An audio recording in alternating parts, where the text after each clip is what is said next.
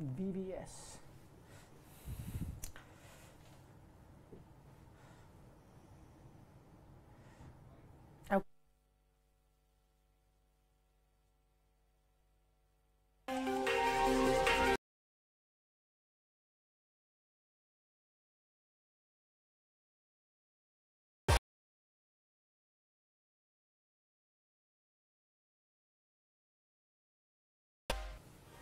You are watching ESPNcricinfo Match Day. It's day 2 of the second test match between India and West Indies in Hyderabad. Plenty to look forward to. A much improved performance from the West Indies side after the performance that we saw in Rajkot. And this is how day 1 ended. 295 for 7 is what the Windies managed. And you had 95 overs of play. Roston Chase 98 not out. He'd be looking forward to his 4th test 100. And as far as the Indian bowlers are concerned, 3 wickets apiece for the 2 Yadavs in Kuldeep and Umesh. Jason Holder playing his first innings on Indian soil, getting a half century. Joining me, Ajit Agarkar, Courtney Walsh. Good morning, gentlemen. Courtney, I'll start with you. What are you looking forward to today? What would be a good day for the West Indies? Well, first and foremost would be for Chase to get his 100 once he gets that and get settled and stay there, and then try to bat the innings out. And if they can try to at least bat for the first hour this morning, if they can without losing the wicket, would probably frustrate the Indians a little bit. And hopefully, if they can get a score in excess of 350, I think they'll be very happy with that. So that's what I'll be looking for and anticipating. And the first thing would be to Chase getting his 100 because I think he deserved it. So would have preferred if he'd got it last night, but yeah. He's there again today, so hope we get that done today. All right. One hopes that he slept really well. No butterflies when he comes out of bat. Those 2 runs he would need to get to his 100. How do you expect the pitch to play out, Ajit? It's just day 2, so you'd expect I think a really important day for India. First, ideally they'd want to get those 3 wickets done quickly and want to make use of the pitch when it's still at its best. There is going to be some sort of wear and tear tomorrow onwards. Most likely, we'll probably find out once West Indies bowl on it as well. You don't make a judgment till both teams have batted and bowled on it. So West Indies have had a really good day. I think close to 300 runs is really good on that first day. That's why India need to get to batting very quickly today, so they get the best conditions, because then if they bat well today, they'll be in a position to then sort of put West Indies under a little bit more pressure. West Indies will want to get, like Courtney said, another 50, 60, 70 if they can, ideally. That then sets them up really well in this test match. Okay, Ajit, you mentioned that they had a very good day, West Indies, and let me put that question to Courtney. Courtney, I mean, this is the general impression that the Windies had a good first day. Why do you think that is? Is it because we're looking back at the Rajkot performance? Because many would believe on the conditions that you had here in Hyderabad, 295 for 7 could have been easily 300 for 4 or 5. Also considering India were playing with effectively 4 bowlers. Yeah, I mean, when you look back at it, as Ajit mentioned yesterday, there was a couple of soft dismissals. But in the context of the game, and you're coming back from a very heavy defeat in the first test match, you've got to take that into consideration. So they have shown character by coming back and putting up such a good fight and putting things together the way they did. I think the way they went about the innings, especially Dowrich and Chase when they batted, the running between the wicket, and the same similar with Holder. And what we saw missing in Rajkot was good partnerships, and we have seen that here. They had a reasonable good start, both openers got a start, but the partnership between Dowrich and Chase is what I think laid the foundation, and then further extended by the way how Holder came out to play. And I think for me, just the way how Holder came out, his approach, he was missing in the last test match, and he let his presence felt immediately by not just with the toss and batting, but the way he batted, the way he composed his innings, the way he went about it. The running between the wicket is something that you just have to compliment, and his whole composure and how he looked and his shot selection. I mean, up until when he got out, he just looked as if he was in good touch, good nick. And unfortunately, I know he would have loved to have carried on, but that innings together by both of them was what I was happy about. Same question to you, Ajit. I mean, we're looking at Windies' performances with some residue left of Rajkot, because I mean, on this particular track, had India been batting, you'd expect them to have got many more with very few wickets, you'd imagine. You never know, Look, I thought West Indies had a really good day. I think, Okay. couple of soft dismissals apart, they kept coming back in the game after being under pressure. And it's still a very experienced Indian attack. There are two spinners, Ashwin and Jadeja, who've had a lot of success in these conditions. So I don't think they were at their best yesterday. I think Kuldeep and Umesh bailed India out a little bit yesterday after Shardul got injured. But it was still, in my opinion, West Indies' day because I think 300 is a lot of runs after being, they were at one point, 86 for 3 at lunch and then lost two more wickets. So 300, they'd be fairly happy. If they can get another 50, 60, if Roston Chase can, change gears, they'll be very, very happy with that score because they've got the bowling. As the pitch sort of starts taking a bit more turn or goes a little bit up and down, they've got certain bowlers who can exploit those conditions. All right. As you mentioned, can they put those 50, 60 runs? Of course, we've seen Bishu back as well. He's no mug with the bat, so he can really give company to Roston Chase. As Ajit was mentioning, it was actually Umesh Yadav, Kuldeep Yadav that really bailed India out from that position that they were at one point in day one. This is Umesh Yadav talking at the end of day's play, and he felt that the conditions were really not helpful for the bowlers. The ball wasn't doing much and nothing was offered as far as the pitch is concerned.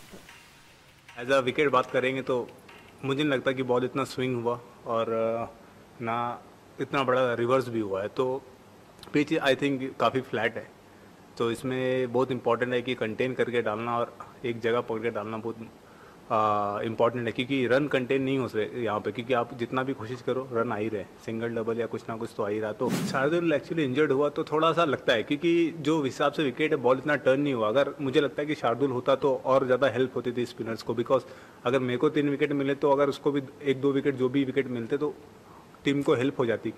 But ऐसे situation में कुछ कर नहीं सकते, game है। अगर वो injured हुआ तो मुझे पता है कि वो मुझे पूरा करना पड़ेगा, एनी हाउ तो करना ही है, क्योंकि आई जस्ट डोंट वांट कि मैं नेगेटिव वे में चले जाऊँ, एक बॉलर कम हो गया, बिकॉज वो हेल्प नहीं करने वाला मुझे यहाँ पे आके। तो मुझे पता है कि आप कितनी भी बातें कर लो, कुछ भी कर लो, इन ऑफ द डे यही होना है कि आपको डालना है तो डालना है। तो दैट्स इट। वो मेरा पॉजिटिव पॉइंट था कि बिकॉज कि मुझे पता है कि अब वो आने वाला नहीं है, तो मैंने अपना पॉजिटिव को और अपना जो थॉट था उसको बेटर रखा कि नहीं, डालनी तो है बॉलिंग और कोई वे नहीं है। तो दैट्स इट। मैं फोकस था और अपनी बॉलिंग करते रहा कि मेरे को टीम जब बोलेगी I am ready for that. All right, Umesh Yadav there talking about how the Indian team missed Shardul Thakur. He talks about the attitude that he had while taking onto the pitch. Already knew that Shardul's not going to come back, so workhorse sort of a performance from Umesh there. Yeah, but also aggressive.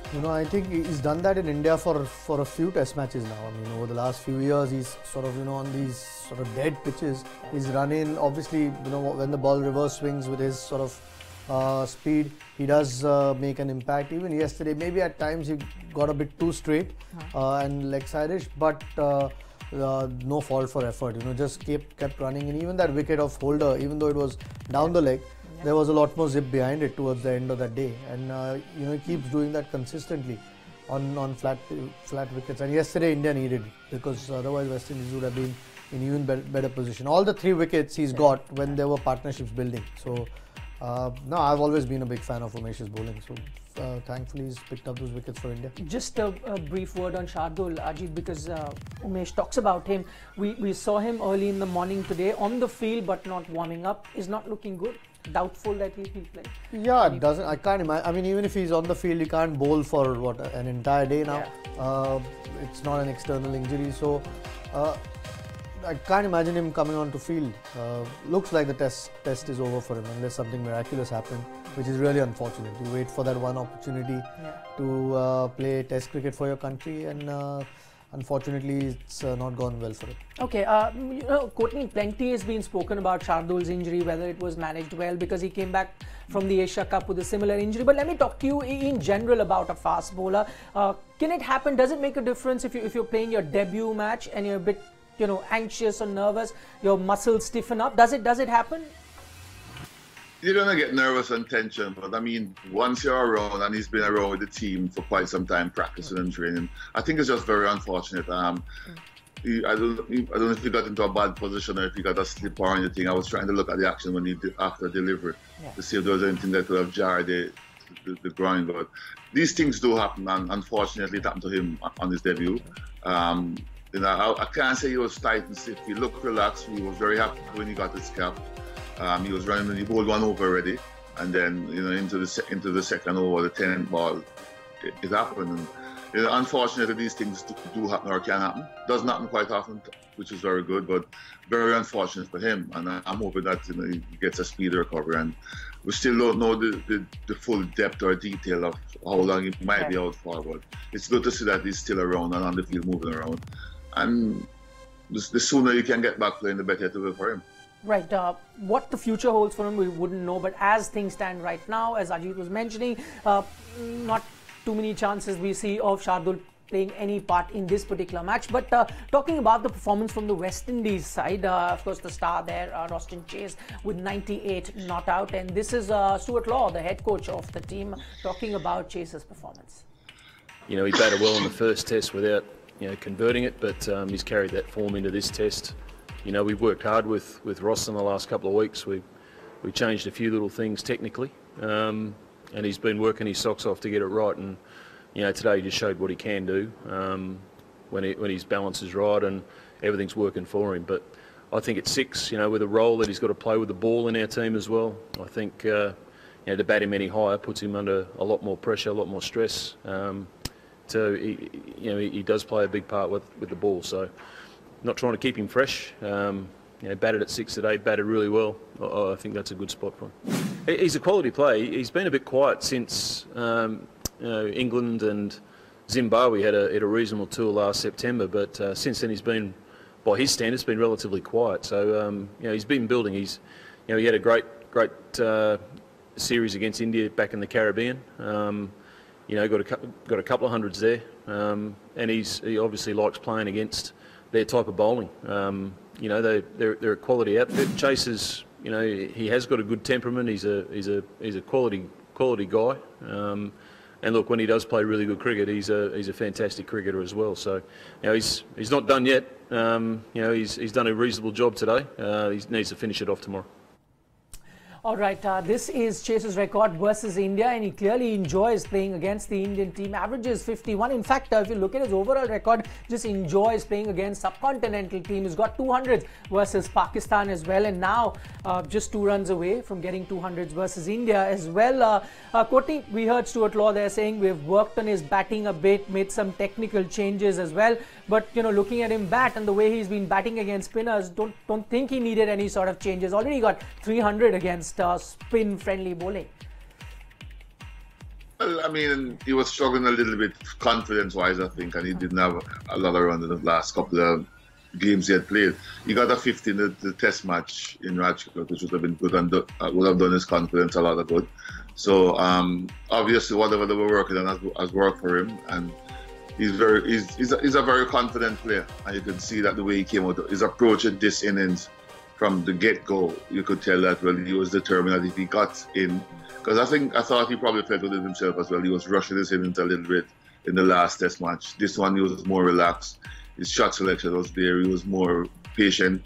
He showed good concentration. His technique was very, very good. Defense was very solid.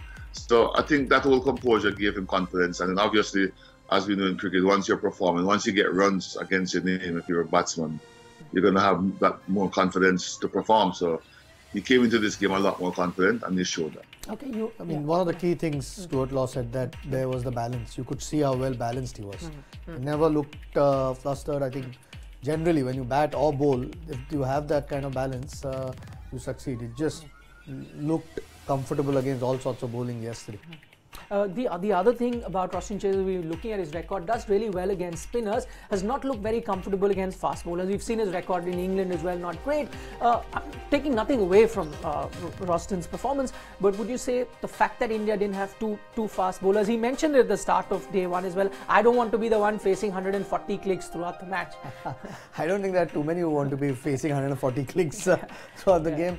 Maybe a little bit. There was a little bit of reverse swing on offer. So if there was another seamer and Shardul generally exploited pretty well, might have helped, but you can't take anything away from him. He's played superbly. Okay, now just looking at how the day 2 might just pan out, and as Courtney was saying, he would like another runs being put on by the West Indies team, and especially now that they have got the last 2 recognized sort of batsmen. But the other thought is that you've got an Indian team that's going to be coming, that's already got, what, 600 odd runs in the first day.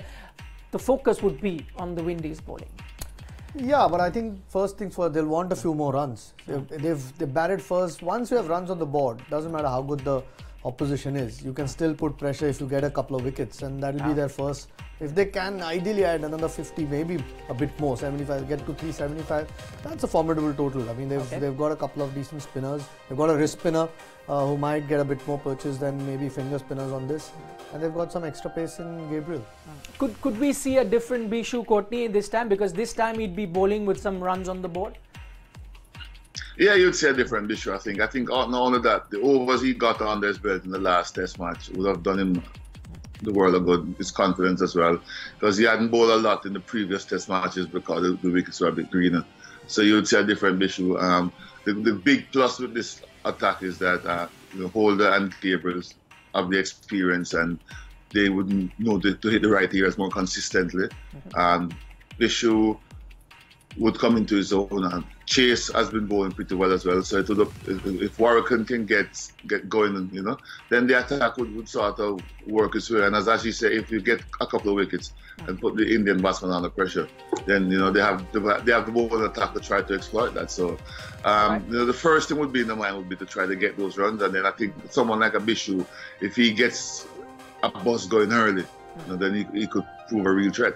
Okay, completely out of time. Courtney, Ajit, thanks so much for joining us. Plenty to look forward to on day 2. Two things in particular. Rostin Chase just 2 runs away from his 4th test 100. And then we got to also look whether Shardul Thakur has taken the field or not for the Indian team. That's all that we have for you on ESPN Cricinfo Match Day.